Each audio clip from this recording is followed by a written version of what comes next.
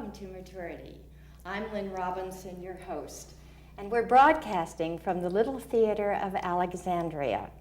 Today, our guest is Janet Crisler, who is founder and president of the Crisler Library in Egypt, a unique research and archaeological facility to better understand the history of Asia Minor. This establishment of the library took 7 or more years, and as an American non-Muslim woman in Turkey, it's quite a successful venture. Janet is here to talk about it and to explain some of what is in her book that she's written about her adventure. Janet, thank you so much for being here. This truly is probably the most ancient of shows that we've ever done, certainly the topic. And so tell us about the CLE, or the Crisler Library in Ephesus. Just fascinating. Well, it's a pleasure to be here, Lynn, and thank you very much for inviting me. Yes, we are an archaeological research library at the ancient site of Ephesus in Turkey, and we are a 501c3 American institution. And it is my husband's legacy, and we serve universities and their students with their professors from literally around the world. Well, and it's sort of the only library like this, isn't that it? This is a unique setup. Well, it is a unique setup, and we've had people come, professors and students, and say, there's so few research libraries in Turkey, and this now is taking the lead, particularly at an archaeological site. Yes, there are wonderful research libraries at the universities in Istanbul or in Izmir, but there aren't any at any of the archaeological sites, so that in itself is unique. Well, what is the mission of this library then? Here you have this unique facility in ancient Ephesus, and you have worked like a tiger to get it pulled together. So what is the purpose of this library? The purpose of this library, may I read you the mission statement? Sure. From one of our newsletters? It is to promote scholarship, research, and education in order to foster a deeper understanding of the ancient history of Asia Minor by providing a research library in Ephesus, Turkey. So that's the purpose. It's all about education, and our students do come from all over the world. And one of the most exciting things for me is to have these students come and learn not only at the library, but at the site. Ephesus becomes an open-air classroom, as well as neighboring sites. Fascinating. Now, this is an outgrowth of work that you and your husband did over several years. And would you please tell our audience about Kabi and about the work and about your life? Just, I don't know how you can capsulize it, but would you try? I'll try to capsulize 31 years, but anyway.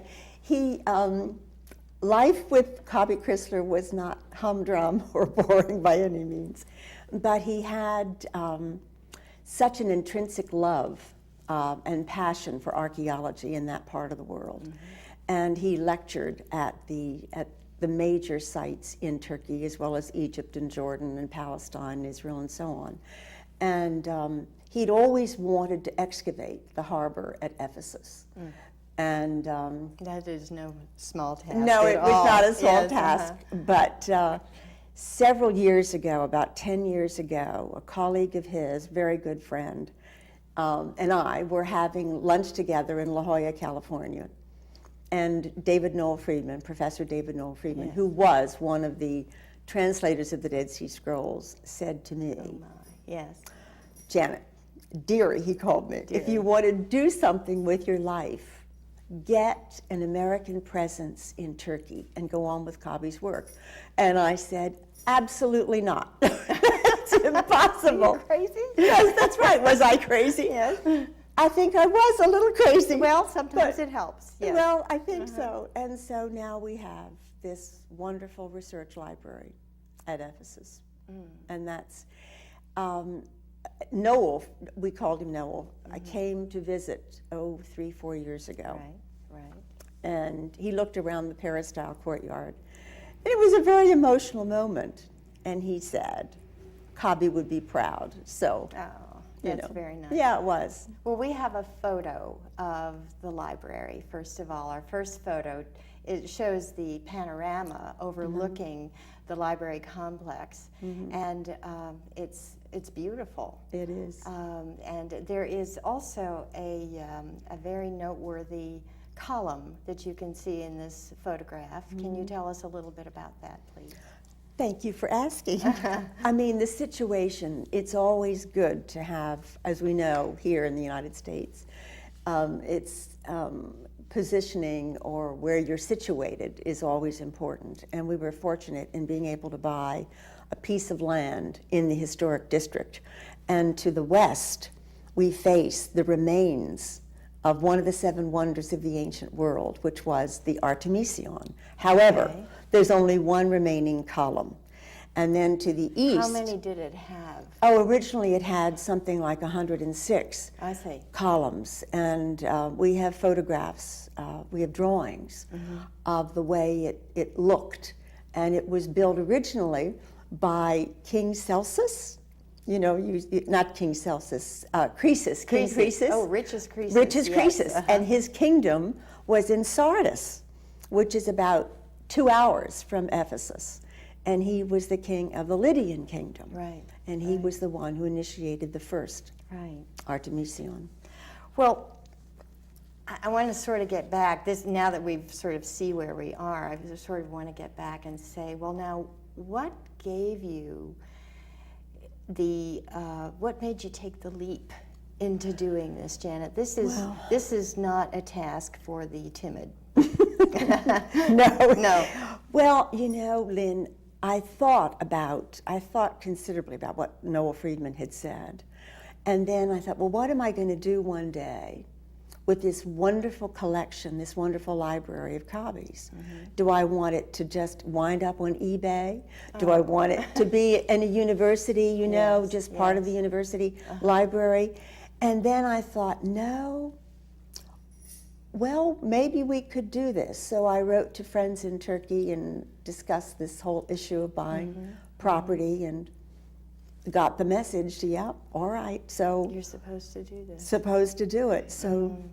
Well, I want to show this beautiful second photo that we have, which is the inner courtyard of the library. Right. And sort of your central gathering place, but it looks, does it also have archaeological significance, Janet? It does, and because of the location and where we are, we're 10-minute walk to the ancient site of Ephesus. We're in the historic district. But we wanted to replicate a Roman peristyle courtyard, which always had in the center, as part of it, the furniture of a peristyle courtyard, a fountain, a niche for the 3 household gods, but we don't have any household gods. So I had a Turkish artist come and paint 3 of the 9 muses that are replicated in the terrace houses at Ephesus. And which muses are they? Are they well, they're interesting. I mean, No, they're very interesting because we have literature, which is, there. Of course. All right. Yes. And we have performance, which is part of the arts and theater. Yes. And the other one is music. And music was a big part of ancient life. So those are the 3 elements represented by these muses. Oh, it's a beautiful place, and one of these days I hope to get there to see it. You referred to Cobby's library collection and his rare and important books. Could you expand upon that a bit for our audience? Well, his collection, it was basically, I mean, for private family, was about 3,000 copies, and Old and New Testament. And when we built the library, and I know the importance through him of Ephesus, we wanted to become, and we're well on the way, to becoming having the most definitive collection on Ephesus. And we do have some wonderfully rare books on Ephesus. And there are three that are vital, and one of them is the J.T. Wood. All right. And then the second one is the Forester, and then the last one is the Hogarth. Well, now I think if you could expand just a little bit on that for our audience here. Okay. Well, in the late 1800s, there were explorers from England who found it interesting and very necessary, really, to go out and explore the Middle East, Near East and Middle East. And J.T. Wood was building the railroad system, but as an engineer, but he was also fascinated with this whole idea of ancient Ephesus, and his great goal was to discover the Artemision, which he did. And wrote a book about it. All right. And we own the first edition. And then Forester was another explorer who came out, a Brit, and also Hogarth. So we have the first two, the first editions are under lock and key. Right. And the goal is to digitize them and make copies Right. and have them on the shelves for our students. Are these the oldest volumes that you have, or do you have, all right, I just didn't know whether this was part of some of these ancient manuscripts or something. Do you have any of those? Well, I wish. Okay, sorry. Manuscripts. It's impossible to find manuscripts in a temperature which has any influence from the sea because it's damp. Of course. And the only, manuscripts, of course, that we've ever known about were the Dead Sea Scrolls, which were protected in the desert. And here you said that Noah Friedman was... Well, Noah was on that original committee. Right. But no, we've never found any manuscripts at Ephesus, unfortunately. Well, keep digging. Is that part of it? We will. Well, now, why did you focus in on Ephesus? Was this an evolution, or was it just, for one who is not familiar with Ephesus, maybe it's sort of like, why would you go to Rome or something? But sure. But is Ephesus? I know it's rich in archaeological ideas and memorials and monuments and features. But what brings it all together so that Ephesus is the place that is perfect for all of this? Well, Kabi wanted to, of course, to excavate the harbor. Ephesus was the capital of Asia Minor, all right? It was a harbor situated on the sea. He made a discovery there in 1978, doing a major project. Kabi did. My husband did, exactly. It is an enormous site, and it's the largest excavated Roman site in the world. There is much to do. The Austrians have had the license for 115 years, and they've only excavated 1/10. I mean, the population was 250,000 at its height. And when was the height of Ephesus? Well, it was during the middle of the Roman Empire, which would have been about about 200 A.D. Wow. Roman Empire started in Ephesus, 320 B.C., and then lasted until about 300 A.D. in the Byzantine period. Right. So it's an exceptional site for archaeology because of the major architectural furniture, quote unquote, of the city. Okay, I like that term. All right. Yeah. Tell me about more furniture of the city. Well, actually, I think we have a picture of the furniture. Yeah. A couple of pieces of the furniture. Our photo number 3 is of the Polio aqueducts, and what an astounding treasure this is. Would you tell us about the aqueduct furniture, please? Yes. Well, the furniture of an ancient city, we usually refer to the theater. I mean, these are all important elements to serve the people and the population of the city. You have to have a theater and an Odeon, and you have to have the aqueducts that bring the water in. You have to have gymnasiums. You have to have the bath complex and all that, so on. And it's all there in Ephesus. It's there. All of this is there. It's all there. Okay. And there's more. But the aqueducts, the Polio aqueducts, are special because they're about 1.5 miles outside the city, and they fed the water sources inside the city itself. And why do we know why do we call them the Polio? Because when you walk out into the forest, and I hope I can show you and Larry someday, the most dramatic thing in the world, you just come upon them suddenly in the forest, and there are two tiers. But on the north face, facing north, there's an inscription. Very important, because that inscription basically says, these aqueducts are the gift of the Polio family to the city of Ephesus. Does it have a date, Janet? Well, we do know that, yes, they were about period. 90 A.D. My 90 A.D. Yes, they would have to be earlier so Oh, that sure. the community could thrive. But that's not the only aqueduct. Okay. There were others. And a professor, one of our professors who teaches in the summer session, has discovered more in the hills around Kushadasi. That's just one. There were many more. And that was, when the city was started, you know, really built by Lysimachus, who was one of Alexander the Great's generals. Right. And he named it at that point, you know, for his wife. But there had to be water sources, and we don't know all of those yet, but we do know. And Gilbert Whiplinger, our aqueducts man, authority, has found the Hellenistic aqueducts out in the countryside. This I mean, just it's gets just better and better. We also have a shot of the Celsus Library in Ephesus, which is another pivotal place. Can you expand upon that? Oh, the dear Celsus, yes, and it's one of my favorite monuments, I think because Kabi is identified with that. But when we first saw Celsus Library, which indeed it is one of the pivotal monuments, and it is not just a library. It was not just a library. It was a heroon or a tomb built over one of the greatest patrons of the city, who was proconsul, appointed by Rome in 106 A.D. I love how these dates and names just sort of trip off your tongue. Janet. They're terrific. I don't know, but it's what I've sort of grown up with, you know. Yes. And but Celsus Library, yes, I mean it was a grave, and you in the back when you go into the reconstructed facility today. But I would like to say that when Kabi and I first saw it in the late 60s, were just monumental fragments all over the ground.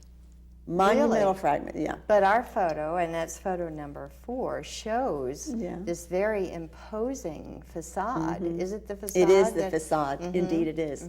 But that was in 1978. And in 1978, Professor Friedman Heuber, with the Archaeological Institute in Vienna, who was an architect, began reassembling those monumental fragments and turned it into this fabulous facade. Library. And in 1978, Kabi was working on a project of the Jewish diaspora in Greece and in Asia Minor. And he said to Heuber, I know that there is a graffiti, a menorah graffiti scratched on the steps of Celsus Library. And Heuber said, well, Crisler, yeah, I've sort of heard about that. So he said, fine, you go ahead and find it. And long story short, Kabi did discover it. And it's a graffiti. And so a couple of years ago, I did have a nice little steel frame made around it because tens of thousands of feet were beginning to wipe away the So Ephesus, I mean, here you are literally digging into the past, and you're discovering this wonderful confluence of the Roman and some Christian and the Jewish, and then the Muslim is working in here. Exactly. And so it's sort of all coming together. So you felt impelled to do this library, and you've written a book about your adventures, which were, well, they're not dull, Janet. And I wonder if you could choose a couple of instances to sort of give the audience the feel of what it was like for you to take on this task and arrive in Ephesus. And it's more than oh, we're going to put on a show. It's really, I'm going to build an important resource library here. Thank you, Lynn. Well, one of the purposes, one of the goals, was to build bridges to the community. Yes. We're an American institution, and having worked and lived in that part of the world, in the Middle East as well, I knew that it was important to do this. So, harking back on my old archaeology days, I thought, wouldn't it be fun to teach archaeology for kids in the neighborhood? Yes. In the neighborhood. Right. So we organized. I did. Right, and this is your book. I just Yeah. want to hasten to say, called Turkish Delight. Yes. That is a result of a lot of hard work. A lot of work. So anyway, you're building this bridge to the community. Right, and teaching the children. And there's a lovely man who's superintendent of schools, and I had discussed it with him. And so he said, oh, let's do this as a pilot program. So we did, and we set out a square and a friend's garden and so on, and the children came, and we had a wonderful time, and they learned the basics, technique Right. and methodology Right. and so on. And it was important for me to have that opportunity to build a bridge with students. The next phase of that, after we had this pilot program with the children in time for the opening, we did another program in the fall after we were opened for more adult youngsters, and I did it with a wonderful Turkish archaeologist from Ege University, and we had about 17 youngsters. Right, right. Fabulous time. They were learning the methodology, the technique. We were over at Ephesus and back and forth. right. Suddenly, they stopped coming. One week, one Saturday, they didn't appear. And how long it had been going on? It had been going on for about 4 weeks, 4 about weeks. a month. And then Every all of a Saturday. sudden, nothing, huh? Stopped. All right. So we finally learned that there was a little rumor that had started in the neighborhood that Janet Hunnam, Mrs. Janet, was teaching the children English to convert them to Christianity. So that this was is a no-no. This is a no-no. Now I will say, 7 years later, Yes. the library has become a respected entity in the town. Yes. In fact, 2 years ago, we were awarded a golden membership in the Selçuk Chamber of Commerce. So, times have changed, and finally. But the attitudes, you've helped to change the attitudes, too. Yeah. That can't have been easy. Is there another instance of bureaucratic nightmarishness that you want to share with us? Oh my goodness. Well, there was another All right, one. all And, you can imagine the months, the years, and getting this together and so on. And then after we had met all the requirements, 42 requirements in the building process, and we were cleared by the Bella DE. And we were told 1 year later that we needed to take out the peristyle courtyard Oh, and build a parking lot for 5 cars. And that I wanted to get a way around that, and there was none. And so I went to the lawyer, our lawyer, and he said, well, you learn to pick your battles. yes. Well, that was the battle you wanted to pick, though, That was right? the battle we Yes. wanted to pick. So he said, I don't know how we're going to get around this. And to leave it intact would cost $10,000. Oh, So that's not construction money. Is that was that not under the construction table money? That was quite a lot under the table. Yes, But we were permitted to keep the courtyard. Great. And I've learned. Well, every You know. country's a little different, Every and we're all country is. learning all the time. Well, now, Janet, now that the library is a going concern, you're set up to handle students and faculty, researchers, and all of this, and your basic, what are you offering as your basic program? Well, I'll say that the exciting part is to have universities come to us from all over the world, and Boston University comes every year. Harvard University just left, archaeology in 2011. University of Oslo, University of Leipzig University in Germany, and so on. And the program that we offer as an entity, as an institution, is a wonderful program called International Archaeology Summer Session. Okay. For archaeology, art history, architecture students from all over the world. And we have a shot of yours, of a group of yours from your summer session. Oh, great. Our photo number 5. And you're in it as well, so we all know that you're working in every aspect of this library. It's an exciting program, and the students come from the United States. Sure. They come from Germany. They come from Slovakia. We're working now on getting from a couple from University of Tehran. Tehran, wonderful. And the idea came as an inspiration, I would like to think. I was watching Turkish TV several years ago during the Gaza War, and there were a couple of Palestinian students that were interviewed and how the war was affecting them.